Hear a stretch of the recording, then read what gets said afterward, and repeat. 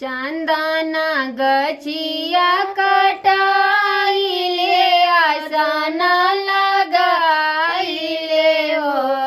चंदना गछिया कटाइले आसन लगाइले हो। ऐसा की ताई आसन बैठले महादेवा डमरू बजाएले हो। ऐसा की ताही आसन बैठले महादेव डमरू बजावेले हो। कति देखी हासेला हरी सिया तो कति देखी कलश हासे हो। कति देखी हासेला हरी सिया तो कति देखी कलश हासे हो।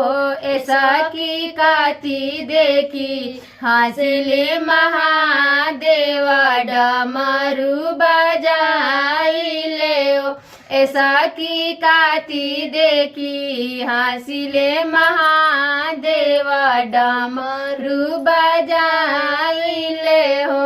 जट देखी हासिला हरी सिया मौरी देखी कलश हासे हो। जट देखी हासिला हरी सिया मौरी देखी कलश हासे हो।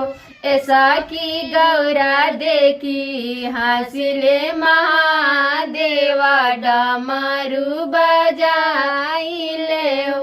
ऐसा की गौरा देखी हासिले महादेवा डमरू बजाइले हो।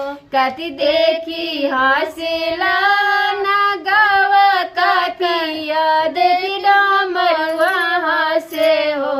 कति देखी हासिला नगवा तो कति देखी डमरुआ हासे हो। ऐसा की कति देखी हासिला बसावा तो मने मने भी हासिला हो। ऐसा की काथी देखी हासिला बसावा तो मने मने भी हासिला हो। रूप देखी हासिला नगवा तो भाव देखी डमरुआ हासे हो। रूप देखी हासिला नगवा तो भाव देखी डमरुआ हासे हो।